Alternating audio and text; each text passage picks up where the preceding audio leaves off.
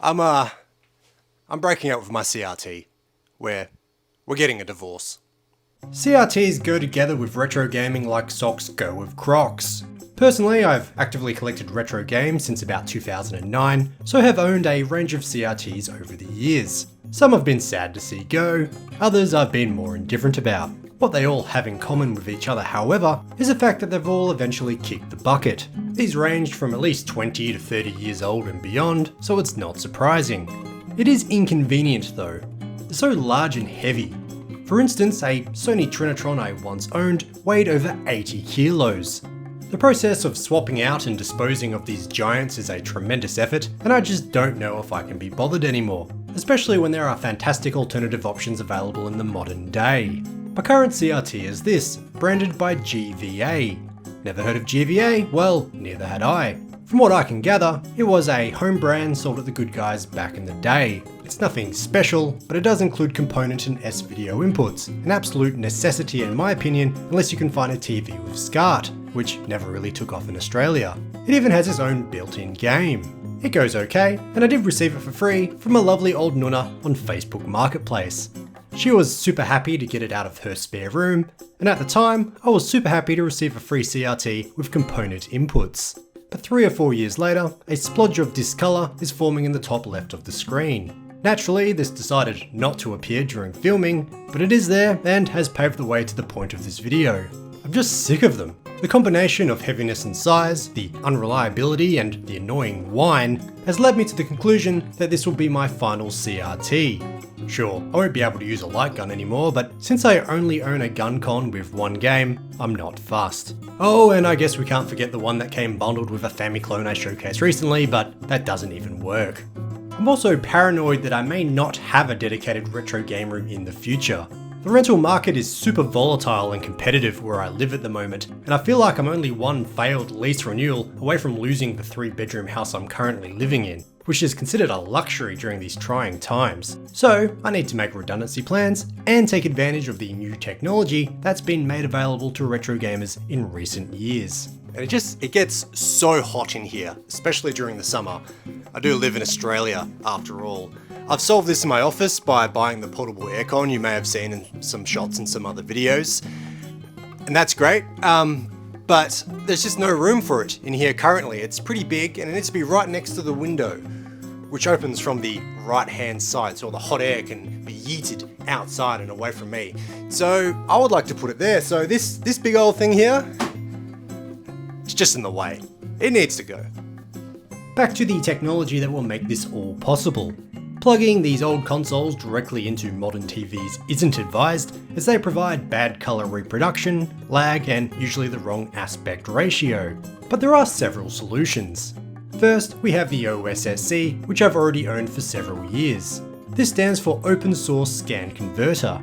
This includes inputs for component, SCART, and VGA, which is useful for the Dreamcast and PC. The output is HDMI for modern displays, but the OSSC doesn't simply convert the signal from analog to digital. Boxes that just do that are awful and cheap for a reason. Instead, this multiplies the scan lines, meaning it can spit out up to 1080p with no lag whatsoever. Old consoles look great on modern displays with this box of magic and wonder, which set me off on a multi-year journey. Enter this bodgy ass setup. The TV is not the greatest, but it gets the job done. I bought it because it was the only new TV at the time of that size that had component inputs. Ironically, I've never had to use them, but it's the TV I currently have nonetheless. It sits atop a homemade shelf that's been poorly stained. By me. This setup is the way it is, so I can easily pull it out of the way when I want to use the CRT instead.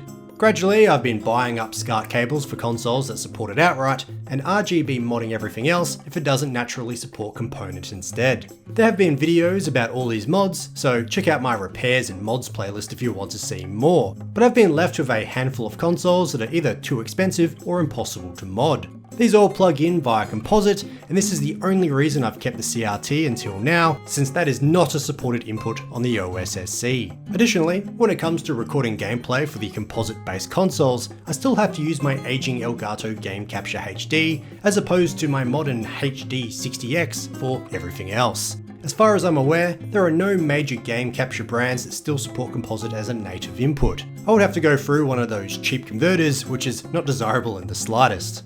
The Game Capture HD does still work, but it's over 10 years old and is very much legacy hardware. So, what's the solution to this, you might be wondering? Well, the RetroTink, of course. Similar to the OSSC, this super popular line of upscaler is available in a variety of configurations, one of which can even output in 4K, but the one that suits my needs is the 2X Pro.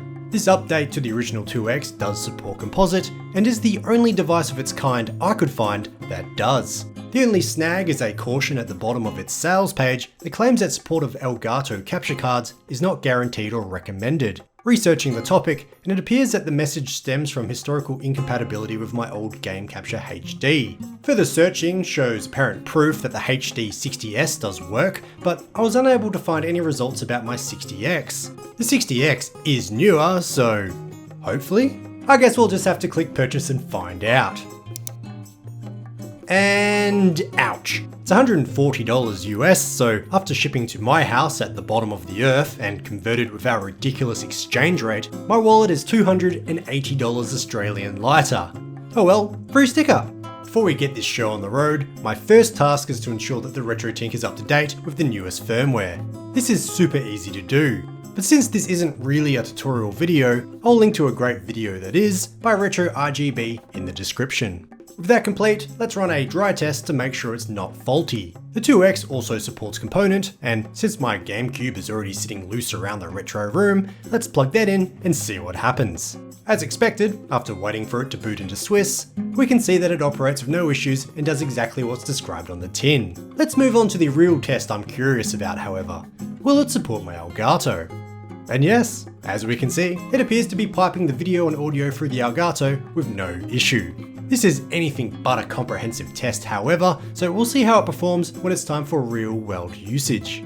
But with the groundwork complete, let's look into buying a new TV stand. This wouldn't be as easy as simply going down to a furniture store and purchasing a traditional TV stand, however.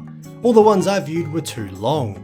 I need something that's long enough to support the TV, but short enough that it will fit in between the console, the aircon, and the computer desk. It also needs to be at a good height, so it can be comfortably viewed from my armchair. So I turned my attention to storage solutions instead. This would also have the benefit of being lighter on my wallet. Several options were shortlisted, but in the end, this open shelving unit from IKEA won out. I would rather it not be blue, but the dimensions and price were perfect, so I'll just have to suck it up. I'm sure I would eventually learn to love it, if IKEA would let me purchase it, that is. It was listed as in stock on their website and at their traditional location, so I drove down one day to buy one. I expected this to be a stock standard trip to IKEA that finished with Swedish meatballs and chocolate, as is customary. But even though it was listed as in stock, it didn't give me a location to find it in the warehouse like you'd expect. The laggy self-help consoles were useless, and after waiting an eternity in line to get help from a human, of which there was only one, I was told this was instead only in stock at the new Cannington store that had opened one day before, which is on the other side of town. I was offered the option to click and collect it right there and then, but disappointed, I declined and decided to make the decision later. Still got my meatballs though. Deciding I did still want it later on, I tried to click and collect through their website. Despite still saying in stock and in perf, the whole thing would fall apart and error out, saying that it actually wasn't in stock later in the purchasing process. They finally let me give them money after several days, however, and even though the pickup date was 3 days later than it originally said, I eventually made the trip back to IKEA, this time through peak hour traffic, and not the Cannington location by the way, and finally received my shelf. This time there were to be no meatballs, cheap chocolate or delicious potato chips purchased. For IKEA, our relationship is strained. Still, this video's project could now continue. Building the shelf was easy enough, although I did have to start from scratch after 20 minutes when I realised one of the first pieces was installed back to front. Par for the course when it comes to assembling IKEA furniture, I suppose. But it scrubbed up okay in the end. Now, it was time for the fun and games of wheeling the old TV out. I had not been looking forward to this, but took solace in the fact that this was the very last time. Luckily the TV cabinet is on wheels, and that's also quite heavy in its own right. I found this on the side of the road back in the day and had a lot of fun wheeling it down the road when I was still living at home. Wheeling it out of the room, down the hallway and through the living area was a slow process, but a process I could complete solo nonetheless. And this was taking into consideration the annoying and old castor wheels that pick a direction and stick with it, whether you like it or not. The tricky bit was getting this set up out the back door since there was a lip. The TV would need to be lifted and, stupidly, I attempted this on my own.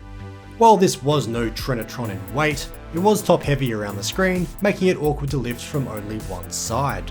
Deciding I didn't want to destroy the floor when I inevitably dropped it, I enlisted the help of my partner. It turned out to be surprisingly light when picked up from both sides, and the process of lifting it onto the back table, carrying out the cabinet, and placing the TV back onto it was an easy enough process. And then it was time for more rolling, with the end goal being the garage. I will offer this for free on a local retro gaming group with an emphasis on the discoloration in the corner, but its final location will likely be the e-waste recycling section of the local tip. With that done, it was time to replace its original location with the new shelf. This took about 5 seconds. What didn't take 5 seconds, however, was the hour or so of organisation to bring this room back up to code. You don't have to watch that though. Here's a cool transition to the finished product. Whoa! There's not too much to say, but I'm happy with how it turned out. All the consoles that plug in by component comfortably fit in the new shelf under the TV, along with the switch box. While the Tink doesn't come with a power brick, it does include a sturdy braided micro USB cable that comfortably powers the device when plugged into the TV. The OSSC still needs to live by the console shelf however, since the SCART and VGA cables only reach so far from the consoles. It's not ideal to have this empty gap in between, but I couldn't think of a better configuration when you consider the aircon needs that side of the window to blow out hot air. Placing the TV, consoles, shelves and armchair in any other orientation just doesn't make sense when you consider the layout of the room. Still, this gives me easy access to all the cables, and the weird and empty look is weird and empty for a purpose. After several summers where this room was too hot to use, I'll finally be able to easily roll the aircon in and game in comfort. So, what's next? For organisational reasons, I do plan on eventually buying a SCART switch box. This will be an expensive endeavour, so in the meantime, I have each cable labelled. I would also like to eventually replace the TV, as this one is pretty budget. While it is functional, I think even a second-hand name brand would perform better. But in the meantime, let's roll that loud but cool aircon in and get our retro game on. Thank you so much for watching, and I'll see you in the next video.